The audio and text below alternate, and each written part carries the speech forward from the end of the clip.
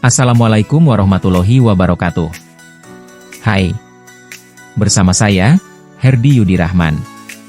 Guru pengampu mata pelajaran konsentrasi keahlian, program studi desain pemodelan dan informasi bangunan.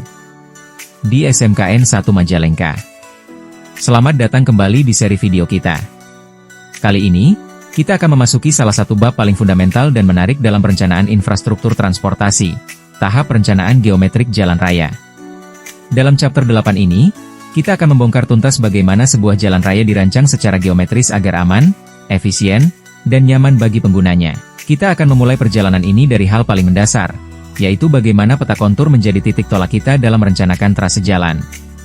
Selanjutnya, kita akan menyelami detail perhitungan alinyemen horizontal yang krusial untuk tikungan dan kelengkungan jalan, serta memahami bagaimana perhitungan jarak pandang menjamin keselamatan pengendara. Tak berhenti di situ, kita juga akan mengupas tuntas perhitungan alinyemen vertikal untuk tanjakan dan turunan. Tujuan utama dari semua perhitungan ini adalah untuk menghasilkan jalan yang optimal, yang tidak hanya memenuhi standar teknis, tetapi juga selaras dengan kondisi topografi dan lingkungan. Kita juga akan membahas bagaimana perencanaan penampang melintang jalan dirancang, diikuti dengan perhitungan pekerjaan tanah, cut and fill, yang efisien untuk meminimalkan dampak lingkungan dan biaya konstruksi. Dan di akhir chapter ini, kita akan melihat bagaimana semua tahapan tersebut disatukan dalam penyajian rencana geometrik yang komprehensif. Siap untuk memahami rahasia di balik setiap kelokan dan tanjakan jalan yang Anda lalui? Mari kita mulai.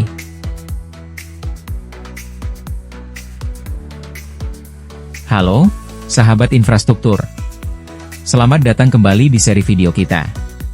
Setelah kemarin kita memahami apa itu geometrik jalan, di chapter 8 ini, kita akan masuk ke jantungnya proses, tahapan perencanaan geometrik jalan raya.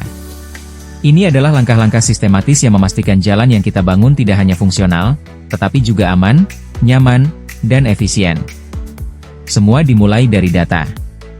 Tahap pertama ini adalah fondasi dari segalanya. Tanpa data yang akurat dan lengkap, perencanaan kita akan pincang. Kita perlu peta topografi untuk memahami elevasi dan kemiringan lahan. Peta topografi, yang dicirikan oleh penggunaan garis kontur, adalah alat penting untuk memahami fitur fisik permukaan bumi, baik alami maupun buatan. Garis kontur ini secara spesifik menampilkan elevasi atau ketinggian suatu lokasi, di mana kerapatan garis kontur juga dapat secara langsung mengindikasikan tingkat kemiringan lahan. Selain itu, peta topografi memberikan detail mengenai rintangan alam seperti gunung dan sungai, serta rintangan buatan manusia seperti jalan dan bangunan. Untuk memastikan identifikasi elevasi, kemiringan, dan rintangan ini dapat dilakukan dengan akurasi tinggi, pemilihan skala peta yang memadai menjadi krusial. Skala seperti 1:2500, 1:5000, atau 1:10.000 sangat ideal karena memungkinkan tampilan area yang lebih kecil dengan detail yang kaya, menjadikannya sangat berguna untuk berbagai aplikasi seperti perencanaan tata ruang, studi geologi, desain infrastruktur, hingga kegiatan lapangan di sekitar Bandung atau wilayah lain di Indonesia.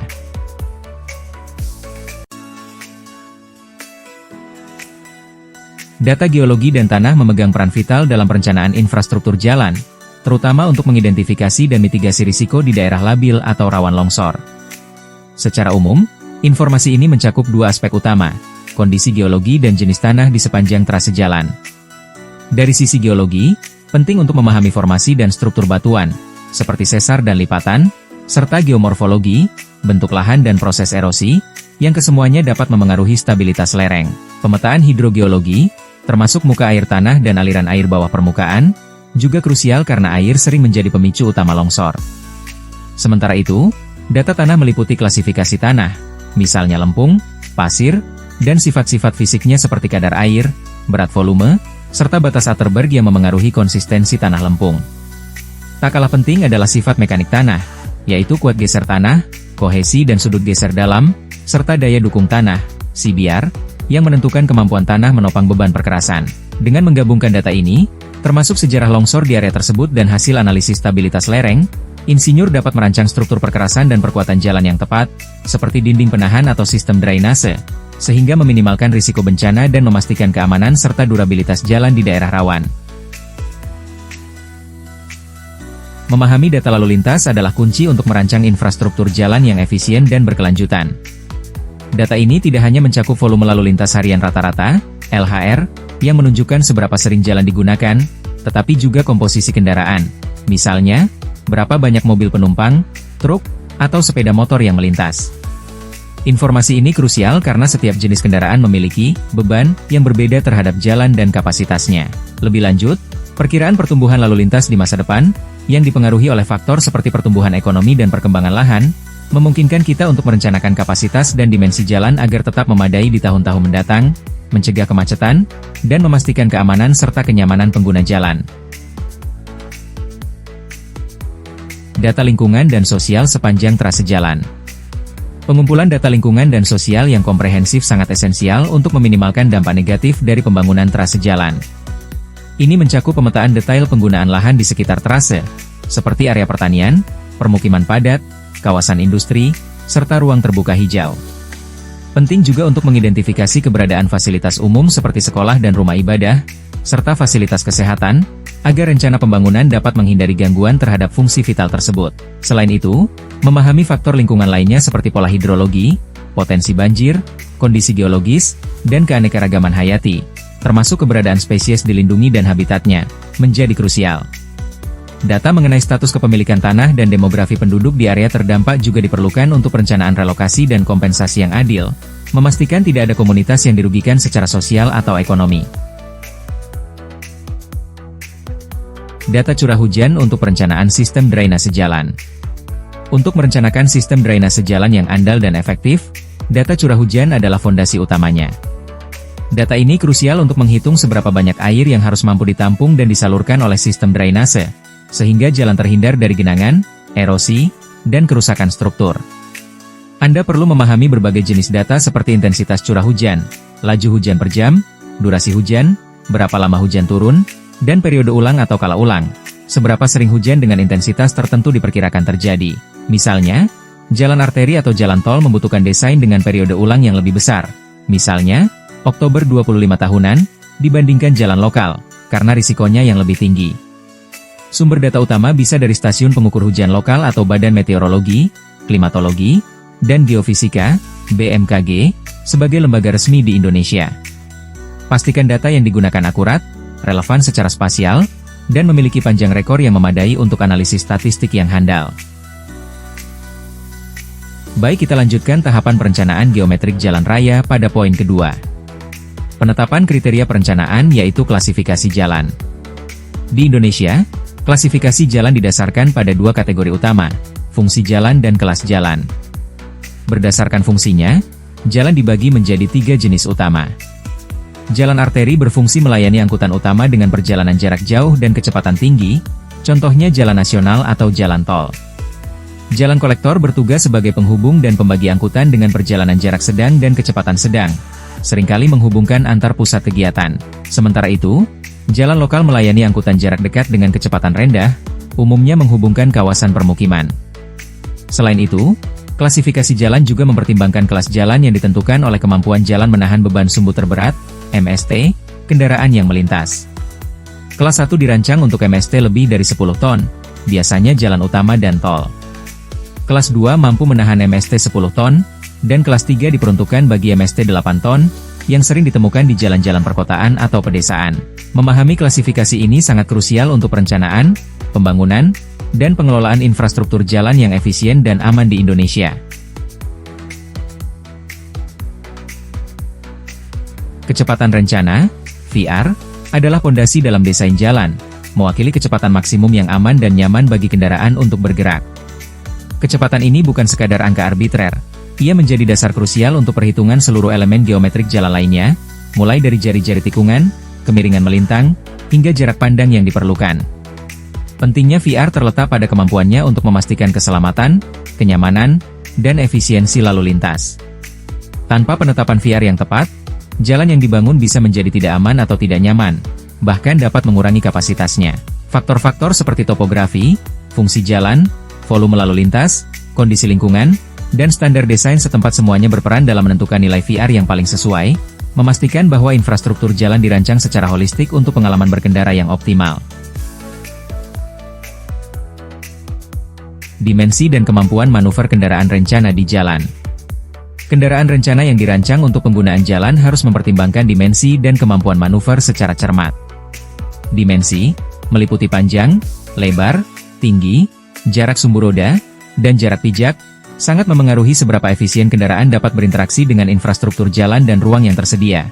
Misalnya, kendaraan yang terlalu panjang mungkin sulit berbelok di jalan sempit, sementara lebar kendaraan memengaruhi ruang yang dibutuhkan di lajur.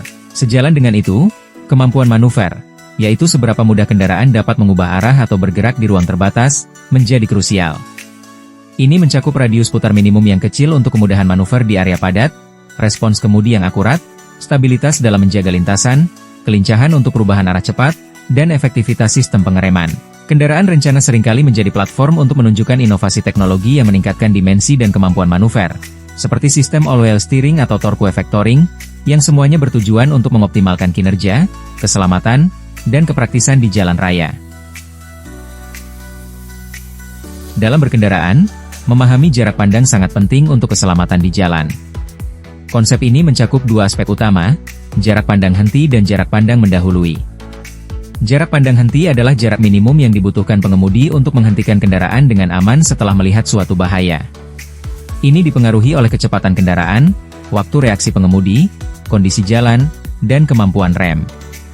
Sementara itu, jarak pandang mendahului adalah jarak minimum yang diperlukan untuk dapat menyalip kendaraan lain dengan aman, terutama di jalan dua lajur dua arah. Jarak ini harus memperhitungkan kecepatan kendaraan yang mendahului dan yang didahului, percepatan, serta potensi adanya kendaraan dari arah berlawanan, memastikan manuver menyalip dapat diselesaikan tanpa risiko tabrakan.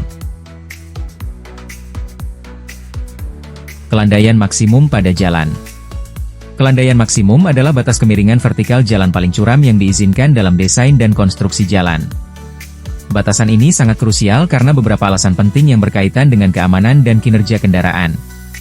Pertama, dari sisi keamanan, tanjakan atau turunan yang terlalu ekstrim dapat meningkatkan risiko kecelakaan, terutama bagi kendaraan besar seperti truk atau bus, serta saat kondisi cuaca memburuk seperti hujan lebat atau salju yang membuat permukaan jalan licin. Kendaraan mungkin kesulitan mendapatkan traksi saat menanjak atau kehilangan kendali saat menurun. Kedua, mengenai kinerja kendaraan, setiap jenis kendaraan memiliki kapasitas dan batas kemampuan dalam mengatasi tanjakan. Kelandaian yang berlebihan akan memaksa mesin bekerja lebih keras, meningkatkan konsumsi bahan bakar, dan berpotensi menyebabkan kerusakan mesin atau kegagalan sistem pengereman saat menuruni bukit. Selain itu, kelandaian ekstrim juga dapat mengurangi kenyamanan bagi pengemudi dan penumpang. Standar kelandaian maksimum bervariasi tergantung pada faktor-faktor seperti klasifikasi jalan, misalnya jalan tol versus jalan lokal, kondisi topografi daerah, dataran rendah versus pegunungan, volume dan jenis lalu lintas yang dilayani, serta kecepatan rencana jalan. Menerapkan batas kelandaian maksimum yang tepat adalah kunci untuk menciptakan infrastruktur jalan yang aman, efisien, dan nyaman bagi semua pengguna. Pernahkah kamu bertanya-tanya mengapa beberapa jalan terasa lebih lebar dan nyaman, sementara yang lain terasa sempit dan kurang aman?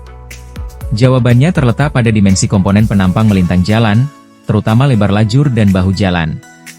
Lebar lajur adalah ruang utama yang dilalui kendaraan, umumnya berkisar antara 2,75 meter hingga 3,75 meter, disesuaikan dengan fungsi jalan, volume lalu lintas, dan kecepatan kendaraan yang diizinkan. Jalan tol atau jalan arteri utama biasanya memiliki lajur selebar 3,50 meter atau lebih untuk mengakomodasi kecepatan tinggi dan kendaraan besar, sedangkan jalan lokal di perkotaan mungkin memiliki lajur yang lebih sempit. Di sisi lain, bahu jalan adalah area di samping lajur yang berfungsi sebagai ruang darurat untuk berhenti, perbaikan kendaraan, atau bahkan sebagai ruang cadangan untuk perluasan di masa depan. Lebarnya bervariasi dari 0,50 meter hingga 3,00 meter, tergantung pada klasifikasi jalan. Jalan tol dan arteri primer umumnya memiliki bahu jalan yang lebih lebar untuk alasan keamanan dan fungsionalitas. Kombinasi dimensi ini sangat penting dalam memastikan keselamatan, efisiensi, dan kenyamanan pengguna jalan. Untuk memastikan jalan menikung aman dan nyaman dilalui, ada dua aspek kunci yang harus diperhatikan: pelebaran perkerasan dan supraelevasi, kemiringan melintang jalan. Pelebaran perkerasan diperlukan karena saat kendaraan berbelok, jejak roda depan dan belakang tidak sama, apalagi untuk kendaraan besar. Pelebaran ini memberikan ruang gerak ekstra bagi pengemudi dan mengurangi risiko keluar jalur, yang dihitung berdasarkan kecepatan kendaraan, jari-jari tikungan, serta lebar dan panjang kendaraan. Sementara itu, supraelevasi adalah kemiringan permukaan jalan ke arah dalam tikungan yang berfungsi untuk melawan gaya sentrifugal yang mencoba mendorong kendaraan keluar. Supraelevasi membantu kendaraan tetap stabil di jalur, terutama pada kecepatan tinggi. Besar kecilnya superelevasi sangat bergantung pada kecepatan rencana jalan, jari-jari tikungan, dan batas gesekan ban kendaraan dengan permukaan jalan. Baik pelebaran perkerasan maupun superelevasi harus diterapkan secara bertahap agar transisi perubahan kemiringan terasa halus dan tidak membahayakan pengemudi. Demikianlah pemaparan kita mengenai 2 langkah awal yang krusial dalam tahap perencanaan geometrik jalan raya, pengumpulan data dasar dan penetapan kriteria perencanaan. Kita telah melihat betapa pentingnya fondasi data yang kuat dan penentuan kriteria yang tepat untuk menghasilkan desain jalan yang optimal dan aman. Namun, pembahasan kita tentang perencanaan geometrik jalan raya belum selesai sampai di sini. Pada video episode selanjutnya, kita akan melanjutkan penjelajahan kita ke tahap-tahap berikutnya yang tak kalah penting. Penentuan alinyemen jalan yang optimal, perencanaan penampang melintang, perhitungan pekerjaan tanah, cut and fill, penyajian rencana geometrik. Tambah seru dan penasaran tentunya. Jadi, pastikan Anda tidak melewatkannya. Terima kasih telah menyimak, dan sampai jumpa di episode berikutnya.